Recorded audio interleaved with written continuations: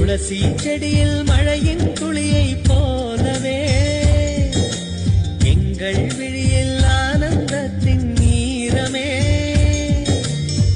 பூவில் ஓர் பாத்திரம் நாம் செய்து பார்க்கலாம். பாசோரை போட்டு நாம் பறவைக்கும் ஊட்டலாம். உடை பிடிக்கும் தென்னை மரம் நமது குணம் சொல்லியதே. நாட்கள் யாவுமே வசந்தங்கள் வீச வாழ்ந்திருப்போமே.